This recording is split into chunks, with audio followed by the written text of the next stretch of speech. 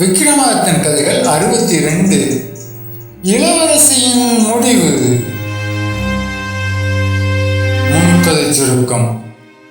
வழக்கம் போல் விக்ரமாதித்தன் பிணமரத்தில் ஏறி வேதாளத்தை பிடித்து தன் தோள் மேல் போட்டுக்கொண்டு நடக்கத் தொடங்கினான். அப்போது அவனது தோளில் இருந்த வேதாளம் பேசத் தொடங்கியது. மன்னா, உன் விடாமுயற்சி பாராட்டத்தக்கது.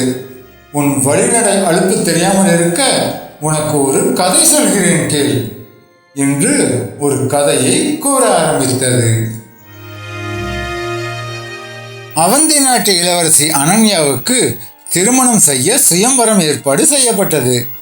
அவளது அழகிலும் அறிவிலும் மயங்கி பல நாட்டு இளவரசர்கள் வந்திருந்தனர். இறுதியில் 3 இளவரசர்கள் மட்டும் இறுதிச் சுற்றுக்கு தகுதி பெற்றனர். 1.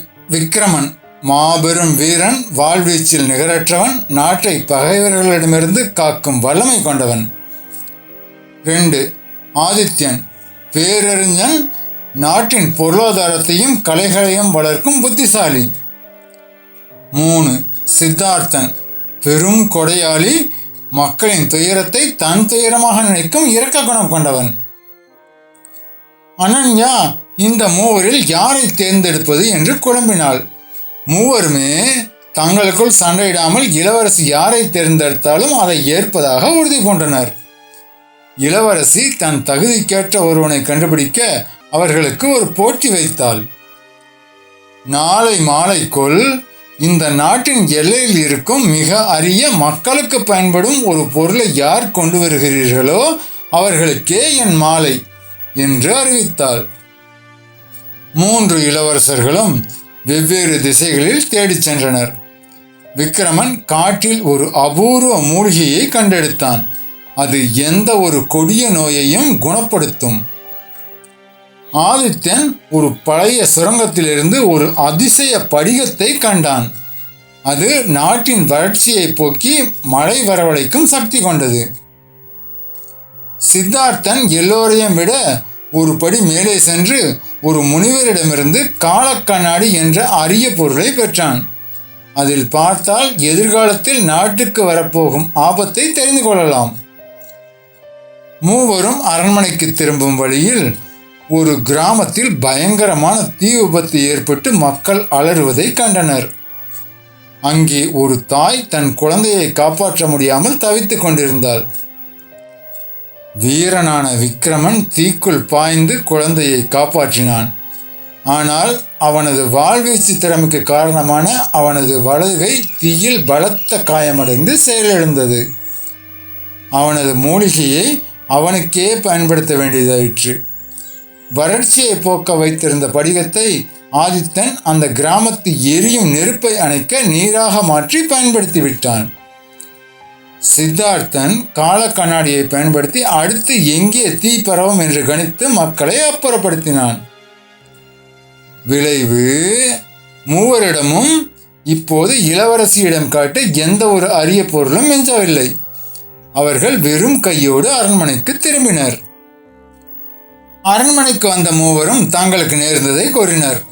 நாட்டின் நலனுக்காகவும் மக்களின் உயிரை காக்கவும் தங்கள் அரிய பொருட்களையும் திறமைகளையும் தியாகம் செய்ததை அறிந்த இளவரசி அனன்யா வியந்து போனாள். அவை அனைத்தையும் கேட்ட இளவரசி, உங்கள் 3 தியாகமும் சமமானது. ஆனால் நான் உங்களில் யாரையும் திருமணம் செய்து கொள்ளப் போவதில்லை. மாறாக நானே இந்த நாட்டின் மகாராணியாக அரியணை ஏறுவேன். உங்கள் 3 என் அமைச்சர்களாகவும் தளபதியாகவும் நியமிக்கிறேன் என்று அறிவித்தாள். அவளது இந்த அதிரடி முடிவு அங்கிருந்த அனைவருக்கும், ஏன் அந்த 3 இளவரசர்களுக்குமே பெரும் அதிர்ச்சியாக இருந்தது. கதையை முடித்த வேதாளம் விக்ரமாதித்தனிடம் கேட்டது, மன்னா, சுயம்வரம் என்று அறிவித்துவிட்டு இளவரசி 3 திருமணம் செய்யாமல் ஏமாற்றியது துரோகம் அல்லவா? அல்லது தியாகம் செய்த அந்த 3 இளவரசர்களில் ஒருவனை தேர்ந்தெடுக்க அவளுக்கு துணிவு இல்லையா? இதற்கு பதில் தெரிந்திருந்தும் நீ கூறாவிட்டால் உன் தலை சுக்குநூறாக வெடித்து சிதறும் என்றது. விக்ரமாதித்தன் புன்னகைத்துவிட்டு பதிலளித்தான், வேதாளமே, இளவரசியின் முடிவு துரோகமும் அல்ல, அவளுக்கு துணிவில்லாமல் எடுத்த முடிவும் அல்ல. அதுதான் மிகச்சிறந்த ராஜதந்திரம் மற்றும் தர்மநெறி.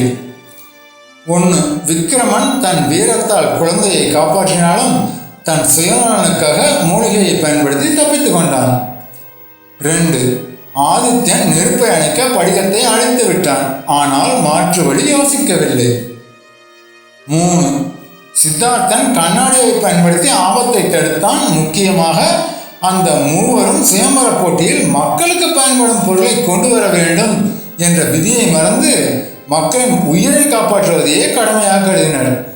அவர்கள் மூவருமே சுயநலமற்றவர்கள் என்பதை இளவரசி புரிந்து கொண்டார். அவர்களில் யாராவது ஒருவரை திருமணம் செய்திருந்தால் மற்ற இருவரின் திறமையும் தியாகமும் நாட்டுக்கு கிடைக்காமல் போயிருக்கும், அல்லது அவர்கள் பகைவர்களாக மாறியிருக்கலாம். மூவரையும் அரண்மனையிலேயே தக்க வைத்துக் கொண்டு நாட்டை மிகச்சிறந்த வழியில் ஆள வேண்டும் என்ற சுயநலமற்ற தொலைநோக்கு பார்வையால் தான் இளவரசி அரியணை ஏறினார். இதுவே தர்மம். ஆமண்ணா, ஆனால் நீ உன் மௌனத்தை கலைத்து பேசிவிட்டதால் நான் உன்னிடமிருந்து தப்பிக்கிறேன் என்று கூறிவிட்டு வேதாளம் பிணமரத்தின் உச்சியை நோக்கி பறந்து சென்றது.